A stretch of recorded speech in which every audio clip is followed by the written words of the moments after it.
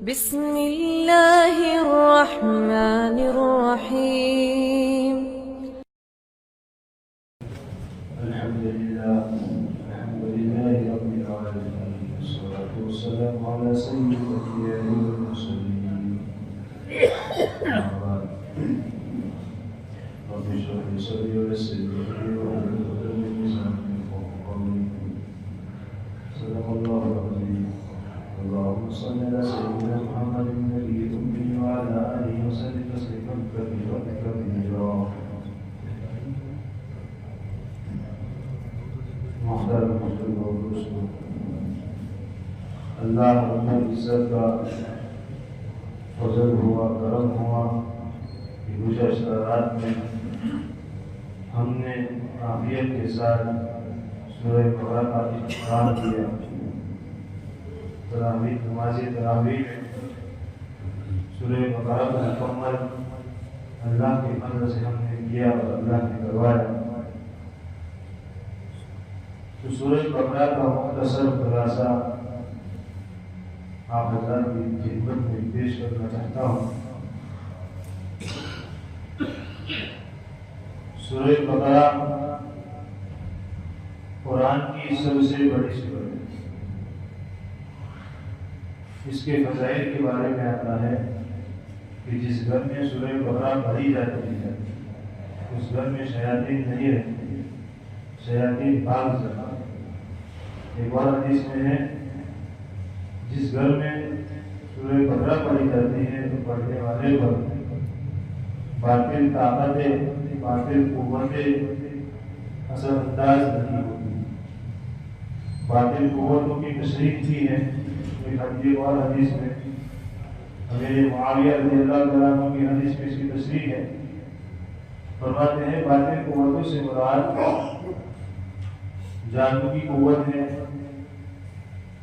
اور دوسری اللہ کی جو مخلوق ہے وہ جو انسانیت کے ساتھ شرارتوں کا آغاز کیے ہوئے ہیں. اس تمام قوتوں سے اللہ تعالیٰ محفوظ رکھتا ہے. سورہ بقرہ جو ہے 286 آیتوں پر اور 40 رکوعات پر مشتمل ہے. سورہ بقرہ بقرہ کہتے ہیں گائے کی عربی جو ہے بقرہ کہتے ہیں عربی. تو اس کا نام بقرہ اس لیے رکھا کہ درمیان میں ایک واقعہ ہے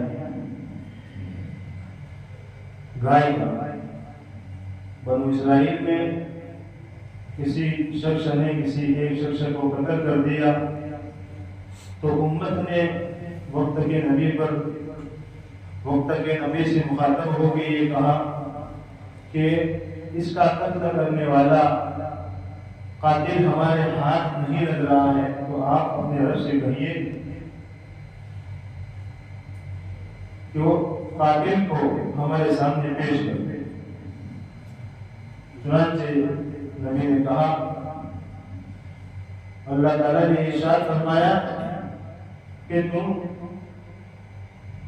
ایک گائے ذبح کرو اور اس کے گوشت کا ایک ٹکڑا مقتول کے جسم سے ملو. جیسے ہی تم گوشت کا ٹکڑا مقتول کے جسم سے ملو گے تو وہ مقتول خود ہی کھڑا ہو جائے گا اور وہ نام بتائے گا کہ مجھے قتل کرنے والا کون ہے. یہ واقعہ سورہ بقرہ میں قصہ ہے. اس واقعے میں اللہ تعالیٰ نے یہ پیغام دیا ہے کہ بعض بعد الموت اس طرح. مشرکین مکہ کو یہ تگڑا جواب دیا ہے اللہ تعالیٰ نے کہ جس طرح اس مقتول قتل ہونے والے کو ہم نے زندہ کیا تھا اسی طرح دوسرے انسان کو بھی ہم کل قیامت کے دن زندہ کریں گے. اور یہ تو عقل سے اگر سوچے جائے، غور کیا جائے تو یہ تو آسان ہے. اس لیے کہ دنیا کے اندر اگر آدمی انسان کوئی چیز وجود میں لاتا ہے تو تو پہلی مرتبہ وجود میں لانا تو مشکل ہوتا ہے، لیکن ایک مرتبہ چیز کے وجود میں آ جانے کے بعد اسی جیسی دوسری چیز بنانی ہو تو یہ آسان ہو جاتا ہے۔ تو اللہ تعالیٰ نے ایک مرتبہ انسانوں کو بنا دیا۔ اللہ تعالیٰ کے لیے تو پہلے بھی آسان تھا اور بعد میں بھی آسان ہی ہے، لیکن یہ سمجھانے کے لیے مثال ہے کہ اللہ تعالیٰ نے جب ایک مرتبہ پیدا کر دیا تو دوسری مرتبہ کو بڑا آسانی پیدا کر سکتا ہے۔ یہ اس واقعے میں مشرکین کو ایک تگڑا جواب دیا ہے اللہ تعالیٰ نے۔ سورہ بقرہ کے اندر کیا مضمون ہے؟ تو اس میں اللہ تعالیٰ نے امت دعوت کو خطاب کیا ہے اور امت اجابت کو خطاب کیا ہے۔ امت دعوت کس کو کہتے ہیں؟ امت دعوت کہتے ہیں کہ آپ صلی اللہ علیہ وسلم کی بعثت کے بعد آپ صلی اللہ علیہ وسلم کے ساتھ میں جو نہیں رہتے تھے، آپ صلی اللہ علیہ وسلم پر جو ایمان نہیں رکھتے تھے، ان کو کہتے ہیں امت دعوت۔ اور جو آپ صلی اللہ علیہ وسلم کے ساتھ تھے، ایمان لا چکے تھے، ان کو کہا جاتا ہے امت اجابت۔ تو اس صورت کے اندر امت دعوت اور امت اجابت کو خطاب کیا ہے اللہ تعالیٰ نے۔ آیت نمبر 1 سے لے کر آیت نمبر 1 سے لے کر 176 تک اللہ تعالیٰ نے امت دعوت کو پکارا ہے اور امت دعوت کو سمجھایا ہے، اس میں اسلام کی ہے، اور اس میں خصوصاً یہودی لوگ ہیں، اس لیے کہ آپ صلی اللہ علیہ وسلم کی بعثت ہوئی، جب آپ صلی اللہ علیہ وسلم کو نبوت ملی تو اس وقت جب یہ بات یہودیوں کو پتہ چلی تو انہوں نے آپ صلی اللہ علیہ وسلم کی مخالفت کر دی، اس لیے کہ علامہ اقبال نے کیا خوب کہا ہے، ستیزہ کار رہا ہے ازل سے نائم روز، چراغ مصطفی سے شرارے گل حبیب۔ تو جیسے ہی کو پتہ چلا تو انہوں نے انقلاب کر دیا۔ ان کا انقلاب کرنے کی جو وجہ تھی وہ کیا ہے؟ ان کی وجہ یہ تھی کہ اب تک جو انبیاء کا سلسلہ چلتا رہا تھا وہ بنو اسرائیل میں سے تھے۔ یعقوب ابراہیم علیہ السلام کے 2 بیٹے ہیں، ان کی 2 بیویاں تھیں، ایک حضرت ہاجرہ اور ایک حضرت سارہ علیہ السلام۔ حضرت ہاجرہ سے حضرت اسماعیل تھے اور حضرت سارہ سے حضرت یعقوب تھے۔ تو حضرت یعقوب جو ہے ان کو بنو اسرائیل کہا جاتا ہے، اور جتنے بھی انبیاء ابراہیم علیہ السلام کے بارے میں آئے ہیں وہ تمام کے تمام یعقوب علیہ السلام کے خاندان سے، بنو اسرائیل میں سے۔ لیکن ہمارے آقا تاجدار مدینہ فخر العالم صلی اللہ علیہ وسلم بنو اسماعیل میں آئے، تو یہودیوں کو یہ بات اٹکی کہ ایسا کیوں؟ حالانکہ وہ خود جانتے تھے کہ یہ محمد جو ہے وہ اللہ کے سچے نبی ہیں، جانتے تھے وہ، اس لیے کہ وہ تو اپنی کتابوں میں پڑھتے تھے، لیکن ان کا انقلاب کرنے کی جو وجہ تھی وہ یہی تھی کہ وہ بنو اسرائیل سے ہٹ کر بنو اسماعیل میں کیوں آئے، یہی ان کی وجہ تھی۔ پھر یہودیوں نے آپ صلی اللہ علیہ وسلم سے مخالفت کرنے کے لیے تحویل قبلہ والے مسئلے کو سخت ترین بنائی۔ تو دوسرے باتیں شروع ہو رہا ہے سیقول صبح سے تحویل قبلہ والا مسئلہ، یعنی کہ ہجرت سے پہلے میرے اور آپ کے آقا تاجدار مدینہ فخر العالم صلی اللہ علیہ وسلم نماز پڑھتے تھے تو کس انداز سے نماز پڑھتے تھے کہ آپ کا رخ قبلہ کی طرف بھی ہو جاتا تھا اور بیت المقدس کی طرف بھی ہو جاتا تھا۔ یہ قبلہ ہے، یہ بیت المقدس ہے، بیچ میں مدینہ ہے، تو آپ صلی اللہ علیہ وسلم اس طرح کھڑے رکھتے تھے قبلہ کی اس طرف کہ آپ کا رخ قبلہ کی طرف بھی ہو جائے اور بیت المقدس کی طرف بھی ہو جائے۔ اس طرح صلی اللہ علیہ وسلم مکہ کے اندر نماز پڑھتے تھے۔ لیکن جب ہجرت کا وقت آیا، آپ صلی اللہ علیہ وسلم نے ہجرت کی اور مدینہ منورہ میں آپ صلی اللہ علیہ وسلم گئے تو آپ صلی اللہ علیہ وسلم کا دل تو یہ چاہتا تھا کہ میں بیت اللہ کی طرف دیکھ کر نماز پڑھوں، مگر آپ صلی اللہ علیہ وسلم کی عادت شریفہ تھی کہ جب تک کوئی حکم واضح دلائل کے ساتھ نہیں آ جاتا تھا، کوئی وحی واضح طور پر نہیں آ جاتی تھی، تب تک تو آپ صلی اللہ علیہ وسلم اپنے سے پہلے انبیاء کرام کے طریقوں پر اپنی زندگی بسر کرتے تھے۔ تو چونکہ پہلے انبیاء جو تھے وہ بیت المقدس کی طرف دیکھ کر نماز پڑھتے تھے، تو آپ صلی اللہ علیہ وسلم کا دل تو یہ چاہتا تھا کہ میں بیت اللہ کی طرف دیکھ کر نماز پڑھوں، لیکن پھر بھی آپ صلی اللہ علیہ وسلم نے اپنی عادت کے مطابق بیت المقدس کی طرف دیکھ کر ہی نماز پڑھی۔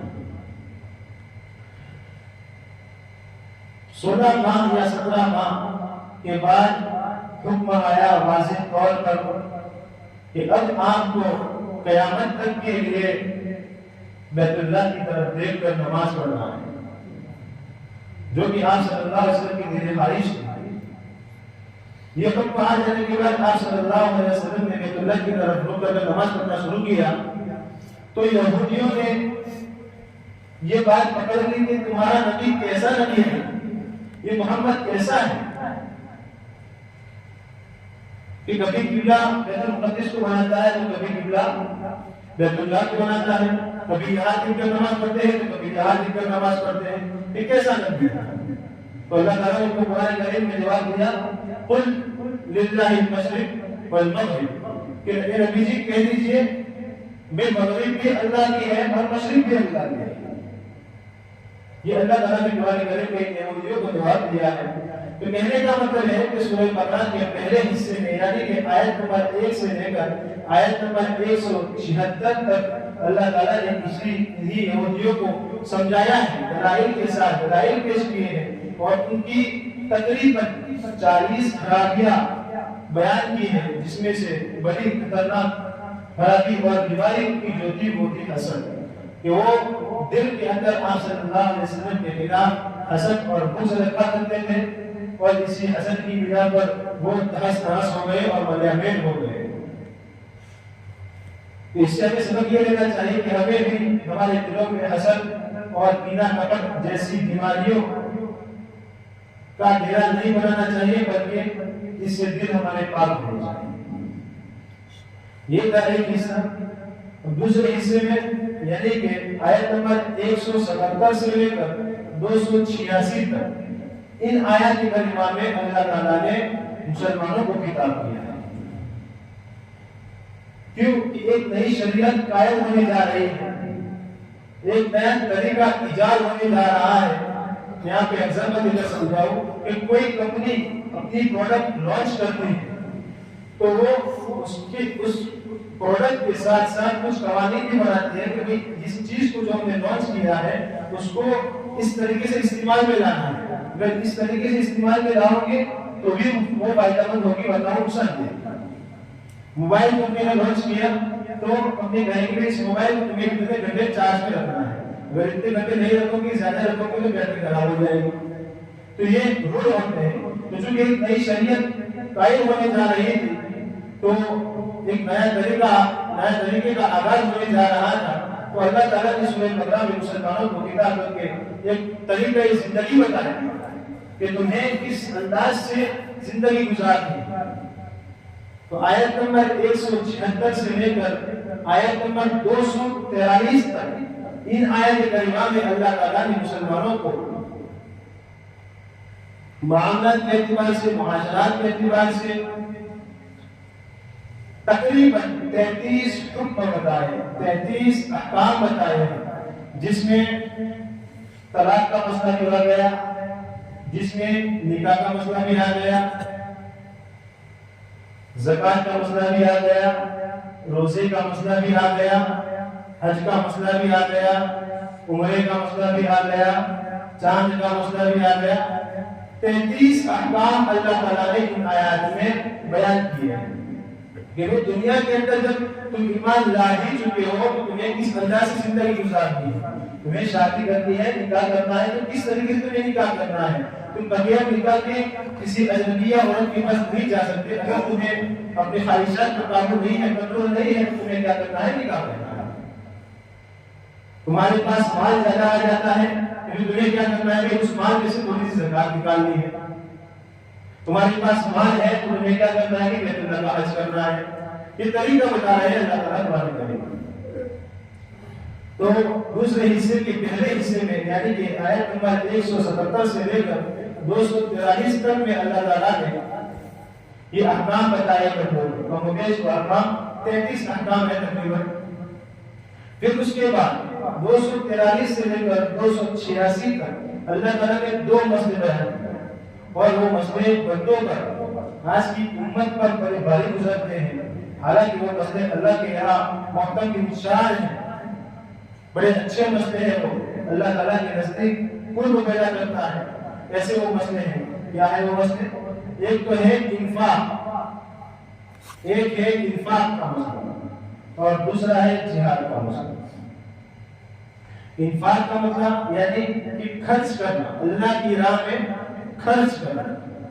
آدمی محنت سے کماتا ہے, اپنی جان لگاتا ہے, پھر جب اللہ کے راستے میں خرچ کرنے کی نوبت آتی ہے تو انسان کا دل کہتا ہے بڑی مشکل سے کمایا تھا اور اللہ کے راستے میں نکالنا پڑتا ہے. ایک بوجھ گزرتا ہے دل پر, ایک دل قبول نہیں کرتا ہے اس بات کو. فطری طور پر اتنی محنت سے میں نے کمایا ہے. تو یہ اللہ تعالیٰ نے یہ مسئلہ جو بیان کیا ہے کہ تمہیں اپنے مالوں میں سے زکات نکالنی ہے اور زکات کے ساتھ ساتھ صدقات نکالنے ہیں. تو یہ اللہ تعالیٰ نے بتایا. کہنے کا مطلب یہ ہے کہ اللہ تعالیٰ بندوں کو کہتا ہے کہ سخی بن کر زندگی گزارو, بخیل بن کر زندگی نہیں گزارنی. سخی بن کر زندگی گزارنی ہے. حدیث مبارکہ کا مفہوم ہے کہ 2 ٹہنیاں ہیں. آپ صلی اللہ علیہ وسلم فرماتے ہیں کہ 2 ٹہنیاں ہیں, ایک ٹہنی جہنم کی اور لٹک رہی ہے, دوسری ٹہنی جنت کی اور لٹک رہی ہے. یعنی یہاں سے تم چلو گے, ایک ٹہنی پر جاؤ گے سیدھے جہنم میں جاؤ گے اور دوسری ٹہنی پر جاؤ گے سیدھے جنت میں جاؤ گے. فرمایا کہ وہ ٹہنی کیا ہے؟ تو کہا کہ ایک ٹہنی کا نام بخل ہے اور ایک ٹہنی کا نام سخاوت ہے. تو کتنا بڑا مرتبہ ہے سخاوت. شیطان کیا کہتا ہے؟ شیطان کہتا ہے مجھے عابد بخیل سے ڈر نہیں لگتا, عبادت گزار, اللہ کو بنانے والا, اللہ کے سامنے دل لانے والا بخیل ہو تو مجھے اس سے کوئی ڈر نہیں ہے. لیکن گنہگار ہے, سخی تو مجھے اسے ڈر لگتا ہے, اس لیے کہ اس کی سخاوت اس کو جنت میں لے جائے, اس لیے میں ڈرتا ہوں. اور وہ جو عبادت گزار ہے اس سے میں ڈرتا نہیں ہوں, اس لیے کہ اس کی بخیل اس کو جنت میں لے جائے. تو کتنا بڑا مقام ہے اللہ کے راستے میں خرچ کرنے کا. تو اس سے یہ سبق ملتا ہے کہ ہمیں بھی اللہ کے راستے میں کچھ نہ کچھ خرچ کرنا چاہیے اپنے اعتبار سے. جو اللہ نے ہمیں صلاحیتیں دی ہے, جو استطاعت ہمیں دی ہے, اس اعتبار سے ہمیں اللہ کے راستے میں خرچ کرنا چاہیے. دوسرا مسئلہ جو بیان کیا جہاد. آج جب جہاد کا لفظ ہمارے کانوں میں پڑتا ہے تو فوراً ایک صورت بن جاتی ہے کہ ایک گھوڑے پر سوار ہے, تلوار ہاتھ میں ہے, ایک ہاتھ میں ڈال ہے وغیرہ وغیرہ. تو اسی کو ہاں یہ جہاد ہے, اس کو جہاد کہتے ہیں, لیکن صرف یہی جہاد نہیں. اصل جہاد جو ہے نفس کے ساتھ جہاد ہے. نفس کو خلاف کام کرنا یہ اصل جہاد. نفس کہہ رہا ہے کہ سنیما ہال میں چل تو اسے جنگ کرنی, اسے جہاد کرنا ہے. اس لیے سنیما ہال میں نہیں جانا ہے, مسجد میں جانا ہے. نفس کہہ رہا ہے برائی کی طرف چل, اسے جہاد کرنا ہے. نہیں, ہمیں برائی کی طرف نہیں, اچھائی کی طرف جائے. تو دوسرے حصے کا یہ ہے کہ نفاق کو بتایا, یعنی اللہ کے راستے میں خرچ کرنے کو بتایا, اور جہاد کے بارے میں بھی بتایا ہے. سورہ بقرہ کا خلاصہ یہ ہوا کہ سورہ بقرہ کے 2 حصے کر لیے ہم نے. اس میں پہلے حصے میں آیت نمبر 1 سے لے کر آیت نمبر 176 تک اس میں اللہ تعالیٰ نے حجابت امت کو خطاب کیا ہے, اور آیت نمبر 177 سے لے کر 286 تک اس میں اللہ تعالیٰ نے امت حجابت کو خطاب کیا ہے. پھر اس دوسرے حصے میں بھی 2 حصے کیے ہم نے. پہلے حصے میں یعنی کہ 177 سے لے کر آیت نمبر 143 تک اللہ تعالیٰ نے تقریباً 33 احکام بیان کیے ہیں، اور پھر اس کے بعد جو آیت نمبر 243 سے لے کر 286 تک جو آیات ہے اس میں اللہ تعالیٰ نے 2 بڑے مسائل ذکر کیے ہیں جو اللہ کے یہاں بےحد پسندیدہ ہے۔ تو یہ تھا سورہ بقرہ کا خلاصہ۔ آئندہ انشاءاللہ سورہ آل عمران کا خلاصہ بیان کریں گے۔ السلام علیکم۔ السلام علیکم ورحمۃ اللہ وبرکاتہ۔